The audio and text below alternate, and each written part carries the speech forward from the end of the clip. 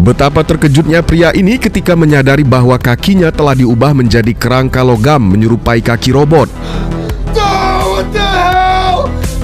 Padahal sebelumnya kakinya baik-baik saja, namun ia masih sempat mengecek Ichibosnya untuk memastikan semuanya masih ada. Nick bersama pacarnya dan seorang sahabatnya awalnya melakukan perjalanan melintasi Amerika. Mereka sedang melacak seorang hacker misterius bernama Nomad yang pernah membobol sistem komputer kampus mereka. Sampai akhirnya mereka berhasil menemukan titik yang diidentifikasi sebagai lokasi Nomad, sebuah rumah tua di tengah hutan. Nick dan Jonah masuk ke dalam rumah itu, sementara Halle menunggu di mobil.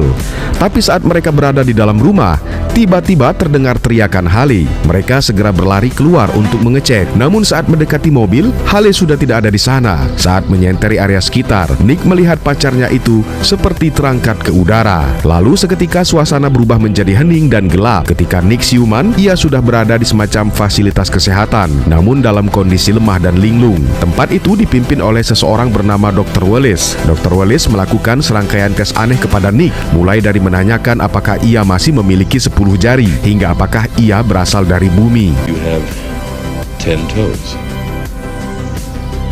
Are you from Earth?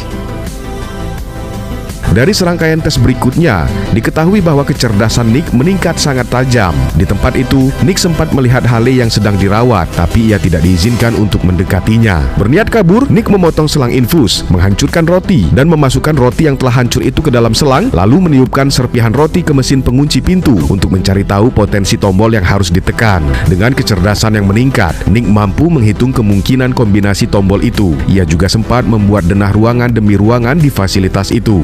Sampai akhirnya ada kesempatan, Nick kabur sambil membawa Halle, mengikatkan ranjang Halle ke kursi rodanya. Namun usaha itu gagal.